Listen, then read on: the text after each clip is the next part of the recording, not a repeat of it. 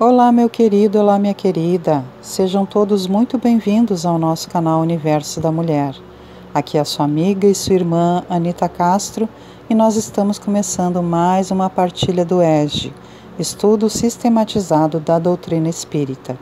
Nós estamos vendo aqui o tomo 3 e a nossa aula hoje é a de número 27, quando nós vamos estudar sobre o animismo, tendo como objetivos específicos analisar a diferença entre o animismo e mistificação dentro do contexto espírita e refletir sobre o conceito e o mecanismo básico de animismo. Mas antes de nós iniciarmos a nossa partilha, como eu sempre faço, te convido para que tu não esqueças de curtir esse conteúdo, porque como nós sabemos, quando nós curtimos aqui, o algoritmo do YouTube entende que esse material é bom para nós e espalha para outras pessoas. Então me auxilie a levar ao maior número de pessoas possível essas bênçãos que nós temos recebido aqui, ok? Não esqueça de curtir o nosso vídeo. Vamos então à leitura do nosso material e posteriormente eu trago breves comentários. Vamos começar então vendo sobre o conceito de animismo.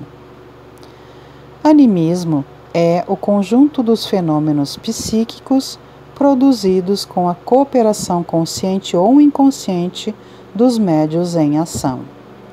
Allan Kardec observa que há comunicações escritas ou verbais que podem emanar do próprio espírito encarnado, uma vez que a alma do médium pode comunicar-se com a de qualquer outro. Se goza de certo grau de liberdade, recobra suas qualidades de espírito. Neste aspecto, se o médium traz consigo uma bagagem de conhecimentos adquirida em existências pretéritas, poderá retirar das profundezas da sua memória integral ideias que estão fora do alcance da sua atual instrução. Isso acontece, pondera um espírito superior a Kardec, frequentemente no estado de crise sonambúlica ou estática, porém ainda uma vez repito, há circunstâncias que não permitem dúvida. Estuda longamente e medita.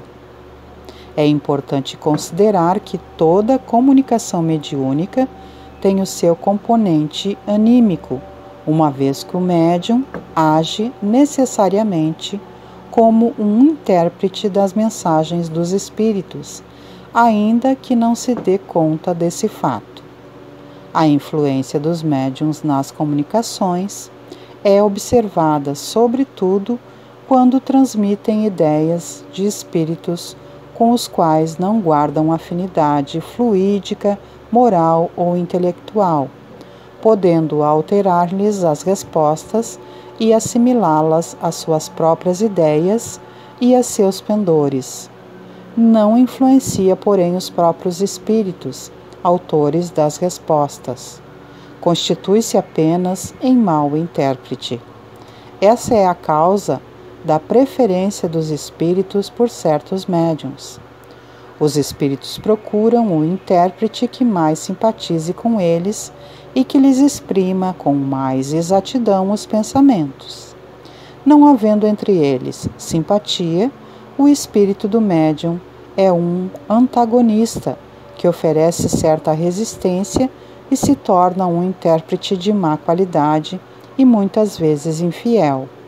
É o que se dá entre vós, quando a opinião de um sábio é transmitida por intermédio de um estonteado ou de uma pessoa de má fé. Reconhecendo-se então que o animismo é algo perfeitamente normal, pois o médium, ao interpretar as ideias de um espírito comunicante, imprime características próprias, mesmo em se tratando dos médiuns mecânicos. Dessa forma, é passivo quando não mistura suas próprias ideias com a dos espíritos que se comunica, mas nunca é inteiramente nulo. Seu concurso é sempre indispensável, como o de um intermediário. Mecanismo básico do animismo. O animismo produz muitas ocorrências que podem repontar nos fenômenos mediúnicos de efeitos físicos ou de efeitos intelectuais, com a própria inteligência encarnada comandando manifestações ou delas participando com diligência, numa demonstração que o corpo espiritual pode efetivamente desdobrar-se e atuar com os seus recursos e implementos característicos como consciência pensante e organizadora, fora do carro físico. A verificação de semelhantes acontecimentos criou entre os opositores da doutrina espírita as teorias da negação, porquanto admitida a possibilidade de o próprio espírito encarnado poder atuar fora do traje fisiológico, apressaram-se os céticos inveterados a afirmar que todos os sucessos medianímicos se reduzem à influência de uma força nervosa que efetua fora do corpo carnal determinadas ações mecânicas e plásticas, configurando ainda alucinações de variada espécie. Todavia, os estardalhaços e pavores levantados por esses argumentos indébitos, arredando para longe o otimismo e a esperança de tantas criaturas que começam confiantemente a iniciação nos serviços da mediunidade, não apresentam qualquer significado substancial, porque é forçoso ponderar que os espíritos desencarnados e encarnados não se filiam a raças antagônicas que se devam reencontrar em condições miraculosas. Acreditamos que o mecanismo básico do animismo pode ser entendido com a explicação que o espírito André Luiz dá sobre mediunidade de psicofonia, usualmente conhecida como incorporação. O relato que se segue traz elucidações sobre a psicofonia e a influência anímica da médium Otávia, de Dionísio, espírito desencarnado, recolhido numa das organizações socorristas do plano espiritual. André Luiz assim se expressa. Otávia foi cuidadosamente afastada do veículo físico, em sentido parcial, aproximando-se Dionísio, que também parcialmente começou a utilizar-se das possibilidades dela. Otávia mantinha-se a reduzida distância, mas com poderes para retomar o corpo a qualquer momento num impulso próprio, guardando relativa consciência do que estava ocorrendo, enquanto que Dionísio conseguia falar de si mesmo, mobilizando, no entanto, potências que lhe não pertenciam e que deveria usar cuidadosamente, sob o controle direto da proprietária legítima e com a vigilância afetuosa de amigos e benfeitores que lhe fiscalizavam a expressão com um olhar de modo a mantê-lo em boa posição de equilíbrio emotivo. Reconheci que o processo de incorporação comum era mais ou menos idêntico ao da enxertia da árvore frutífera. A planta estranha revela suas características e oferece seus frutos particulares, mas a árvore enxertada não perde sua personalidade e prossegue operando em sua vitalidade própria. Ali também Dionísio era um elemento que aderia às faculdades de Otávia, utilizando-as na produção de valores espirituais que lhe eram característicos, mas naturalmente subordinado a médium, sem cujo crescimento mental, fortaleza e receptividade não poderia o comunicante revelar os caracteres de si mesmo perante os assistentes. Por isso mesmo, logicamente, não era possível isolar por completo a influenciação de Otávia vigilante.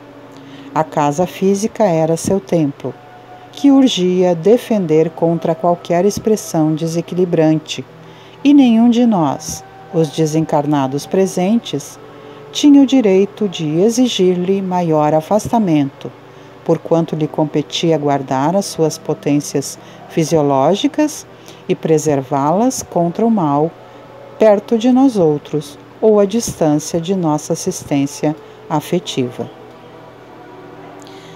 Animismo e mistificação. Alguns estudiosos do espiritismo, devotados e honestos, reconhecendo os escolhos do campo do mediunismo, criaram a hipótese do fantasma anímico do próprio medianeiro, o qual agiria em lugar das entidades desencarnadas. Desconhecendo o mecanismo básico das comunicações mediúnicas e a ação anímica exercida pelos médiuns. Muitos companheiros matriculados no serviço de implantação da nova era, sob a égide do Espiritismo, vêm convertendo a teoria animista num trovão injustificável, a lhes congelarem preciosas oportunidades de realização do bem. Portanto, não nos cabe adotar como justas as palavras mistificação inconsciente ou subconsciente para batizar o fenômeno. Na verdade, precisamos adquirir maior cabedal de conhecimento sobre o animismo e agir com prudência em relação ao assunto, evitando rotular as naturais manifestações anímicas. Mistificação caracteriza o ato de alguém mentir, enganar, ludibriar. A propósito, o instrutor Calderaro, citado por André Luiz no livro No Mundo Maior, nos transmite oportunas elucidações. A tese animista é respeitável. Partiu de investigadores conscienciosos e sinceros e nasceu para coibir os prováveis abusos da imaginação. Entretanto, vem sendo usada cruelmente pela maioria dos nossos colaboradores encarnados, que fazem dela um órgão inquisitorial, quando deveriam aproveitá-la como elemento educativo na ação fraterna. Milhares de companheiros fogem ao trabalho amedrontados. Recuam ante os percalços da iniciação mediúnica, porque o animismo se converteu em Cérbero, segundo a mitologia grega, cão guardião das portas do inferno, que impedia a saída dos espíritos. Afirmações sérias e edificantes, tornadas em opressivo sistema, impedem a passagem dos candidatos ao serviço pela gradação natural do aprendizado e da aplicação. Reclama-se deles precisão absoluta, olvidando-se lições elementares da natureza. Recolhidos ao castelo teórico, inúmeros amigos nossos, em se reunindo para o elevado serviço de intercâmbio com a nossa esfera, não aceitam comumente os servidores, que hão de crescer e de aperfeiçoar-se com o tempo e com o esforço. Exigem meros aparelhos de comunicação, como se a luz espiritual se transmitisse da mesma sorte que a luz elétrica por uma lâmpada vulgar. Nenhuma árvore nasce produzindo, e qualquer faculdade nobre requer burilamento. Prosseguindo em seus arrazoados, Calderaro pondera: ninguém receberá as bênçãos da colheita sem o suor da sementeira. Lamentavelmente, porém, a maior parte dos nossos amigos parece desconhecer tais imposições de trabalho e de cooperação. Exigem faculdades completas. Um instrumento mediúnico é automaticamente desclassificado se não tem a felicidade de exibir absoluta harmonia com os desencarnados no campo tríplice das forças mentais, perispirituais e fisiológicas. Em se tratando do animismo, nunca é demais recordar que, em matéria de mediunismo, há tipos idênticos de faculdades, mas enorme desigualdade nos graus de capacidade receptiva, os quais variam infinitamente, como as pessoas. Animismo e perturbação espiritual. Um ponto que merece ser considerado em relação às manifestações anímicas diz respeito às vinculações com processos de perturbação espiritual, alguns de difícil solução. Muitas vezes, conforme as circunstâncias, pode cair a mente nos estados anômalos de sentido inferior, dominada por forças retrógradas que a imobilizam temporariamente em atitudes estranhas ou indesejáveis.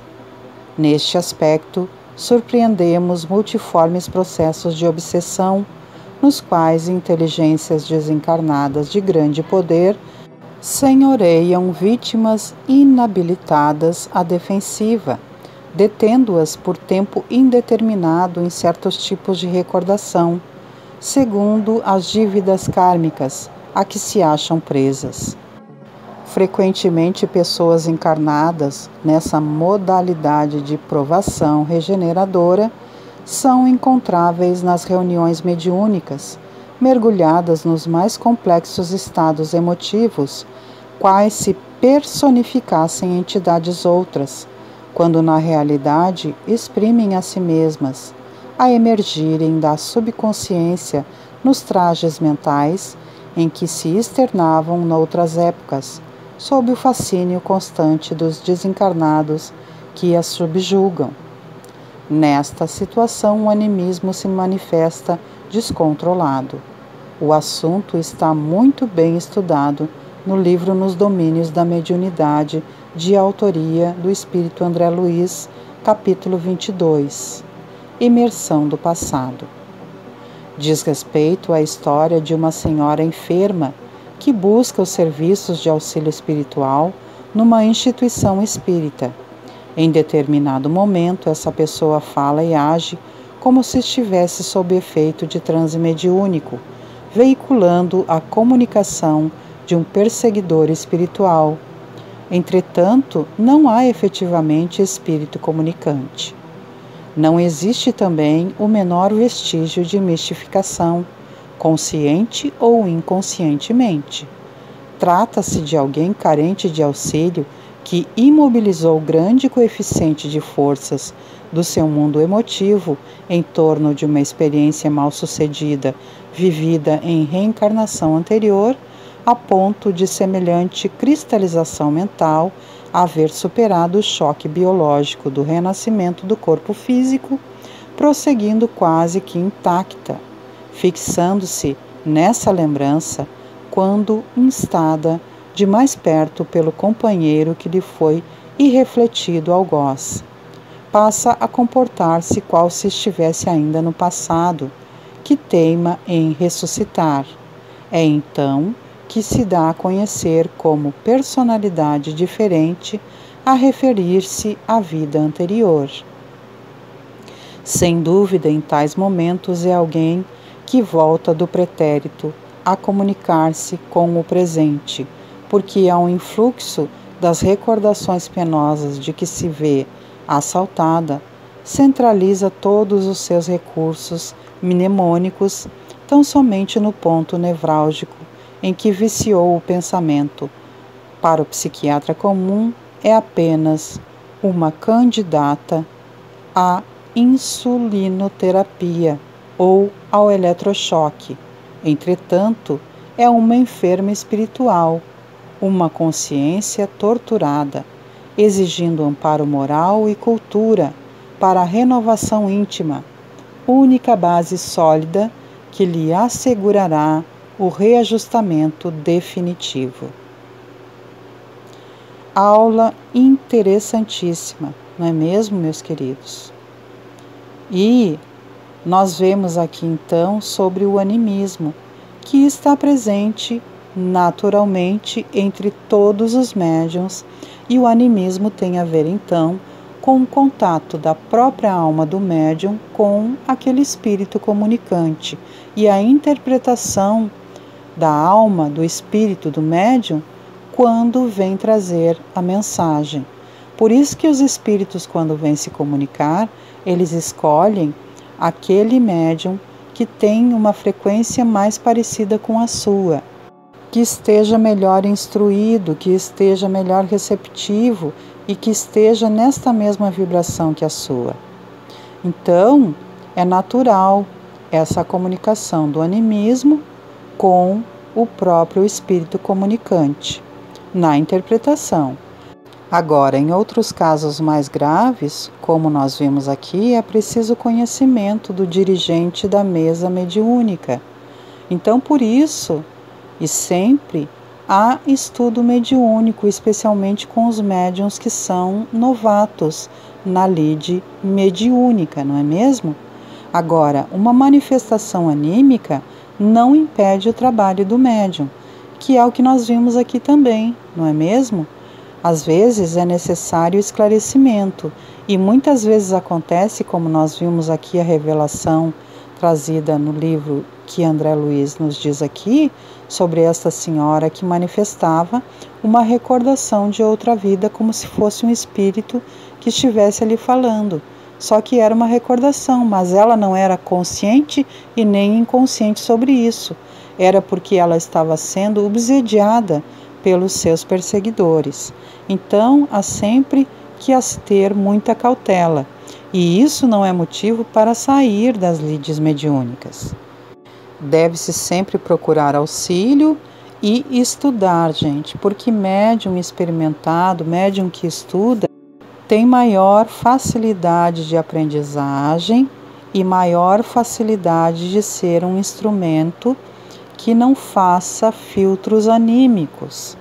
Então, é preciso estudo, dedicação e sempre estar ligado a uma casa séria, a irmãos que estejam dispostos a estudar. E também os queridos irmãos que são mais experientes, procurem compreender os irmãos que estão iniciando, porque muitas vezes há uma exigência muito forte sobre os médiuns novos. É preciso ter paciência com quem está iniciando, lembrando-nos de quando nós iniciamos também, ok? Então vamos refletir sobre essa aula e vamos encerrando o nosso estudo de hoje. Lhes convido ainda para que todas as segundas-feiras às 19 horas venham estar comigo aqui no nosso canal Universo da Mulher com Anita Castro, para que possamos partilhar o ESG, Estudo Sistematizado da Doutrina Espírita. Todas as quartas-feiras, às 21 horas, nos encontraremos aqui sempre para fazermos o Evangelho no lar e convidarmos a presença do nosso amado Senhor Jesus Cristo e a sua comitiva espiritual para abençoarem os nossos lares. Todas as quintas-feiras, às 18h30, temos os estudos da obra de André Luiz. E todas as sextas-feiras, às 18 horas, a partir do momento do passe, nós temos, sob direção da nossa querida e amada mentora e amiga Maria da Soledade, o passe ofertado por ela e pelos benfeitores espirituais que todos estão a serviço de Jesus. Assim, recebemos a renovação das nossas energias através desses fluidos benéficos. Desta forma, meus queridos, com uma singela oração, me despeço de vocês, desejando que nosso Pai Maior, Deus, que Jesus Cristo, nosso amigo e nosso Mestre querido, que Maria Santíssima, nossa mãezinha muito amorosa, que sempre nos leva a Jesus, e que os nossos benfeitores espirituais continuem nos estimulando ao bem e aos nossos caminhos de evolução, como eles sempre fazem, e que nós, com boa vontade, estudo, dedicação e empenho na prática diária do que temos aprendido, possamos prosseguir, nos elevando dia após dia, passo a passo, no nosso caminho de evolução, assim valorizando esse imenso amor que nunca nos desampara nem nos deixa sós. Que assim seja. Deixo um grande beijo no coração de todos e me despeço, desejando que haja sempre em nossos caminhos muita paz e harmonia. Tchau, tchau, meus queridos e minhas queridas. Até o nosso próximo encontro.